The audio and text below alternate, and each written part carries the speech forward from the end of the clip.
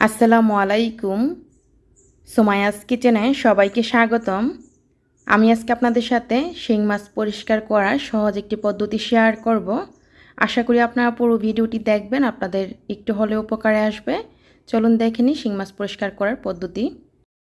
আমি এখানে শিং মাছ নিয়েছি 1.5 কেজি। শিং মাছের যে পেটের সাইডটা কেটে পেটের ভিতরে ময়লাটা পরিষ্কার করে নিয়েছি। এখন শিং মাছের উপরের যে কালো আবরণটা এটাই পরিষ্কার করে নিব।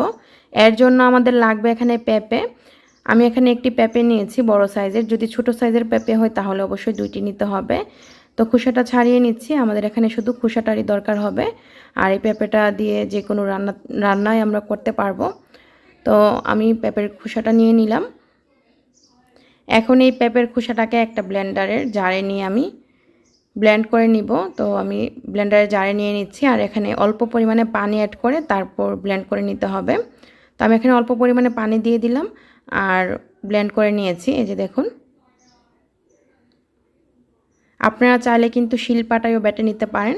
তো এখন যে শিং মাছগুলো আমি রেখেছিলাম শিং মাছের উপরে দিয়ে দিলাম পুরো পেঁপে বাটা। পুরোটা দেওয়ার পর এখন হাত দিয়ে একটু শিং মাছের গায়ে মাখিয়ে নিব। ভালো করে একটু মাখিয়ে নিয়ে তারপর রেখে দিচ্ছি 5 মিনিটের মতো। তো 5 মিনিট রেখে দিলে হবে কি, খুব তাড়াতাড়ি শিং মাছটা একদম পরিষ্কার হয়ে যাবে। তো 5 মিনিটের জন্য রেখে দিচ্ছি। 5 মিনিট পর আসছি। 5 মিনিট পর এখন আমি আপনাদেরকে দেখাবো ম্যাজিক, একদম ম্যাজিকের মতো কীভাবে শিং মাছটা পরিষ্কার হয়ে যায়। হাত দিয়ে ভালো করে একটু জুড়ে জুড়ে এইভাবে ঘষে নিতে হবে, মানে কষলে নিতে হবে, কোনো কিছুই লাগবে না। হাত দিয়ে কষলাতে কষলাতে দেখবেন একটা সময় এই শিং মাছগুলো একদম সাদা দবদবে হয়ে গিয়েছে। তো একটু জুড়ে জুড়ে আমি কিন্তু হাত দিয়ে ভালো করে কষলিয়ে নিচ্ছি। তো প্রায় একটু সময় নিয়ে কষলে নিতে হবে। এক পর্যায়ে যে দেখুন শিং মাছগুলো কিন্তু একদম সাদা দবদবে হয়ে গিয়েছে। এখন আমি এখানে পানি অ্যাড করব, মানে পানি দিয়ে তারপর একবার ধুয়ে নিচ্ছি। আর যে শিং মাছের কালো আবরণটা একদম মানে পানিটা দেখলে আপনারা বুঝতে পারবেন। তো আমি এখানে পানি দিয়ে দিলাম। আর এই যে দেখুন শিং মাছটার যে কালো আবরণটার কারণে পানিটা একদমই কিন্তু গুলা হয়ে গিয়েছে, কিছু দেখা যাচ্ছে না। তো এই পানিটা আমি এখন ফেলে দিব। আর এই শিং মাছগুলো আমি একটা ছাঁকনিতে নিয়ে নিচ্ছি। তো ছাঁকনিতে শিং মাছগুলো নিয়ে নিলাম। এখন আমি দিয়ে দিব এই শিং মাছের উপরে লবণ 1 টেবিল চামচ। লবণটা দিয়ে আবারও কিছুক্ষণ কষলিয়ে নিব, তাহলে আরও পরিষ্কার হবে। সাইডে যদি অল্প কিছু মানে সাদা মানে কালো যে আবরণটা যদি থেকে যায় এটা সাদা হয়ে যাবে, একদম পরিষ্কার হয়ে যাবে। এই যে দেখুন এই সাইডের অংশটা আমি এরকম স্টেনারে একটু মানে ছাঁকনিতে এভাবে একটু ঘষে নিচ্ছি, তাহলে খুব সহজে পরিষ্কার হয়ে যাচ্ছে। তো এখন আবারও আমি পানি অ্যাড করে দিলাম, পানি দিয়ে আবারও একবার ধুয়ে নিচ্ছি। এভাবে একটু ভালো করে কষলিয়ে কষলিয়ে ধুয়ে নিতে হবে।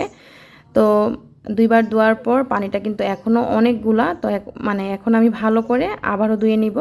আমি নিয়ে নিচ্ছি এই মাছগুলোকে বেসিনে ভালো করে ধুয়ে তারপর নিয়ে আসছি। তো এই মাছগুলোকে 7 থেকে 8 বার ভালো করে ধুয়ে নিতে হবে। মাছগুলো ধোয়া হয়ে গিয়েছে। আর আপনাদেরকে দেখাচ্ছি মাছগুলো কতটা সাদা ধবধবে হয়েছে। শুধুমাত্র একটি পেঁপের খোসাই আমাদের দরকার। একটি পেঁপের খোসা দিয়ে মাছগুলো একদমই পরিষ্কার হয়ে যায়।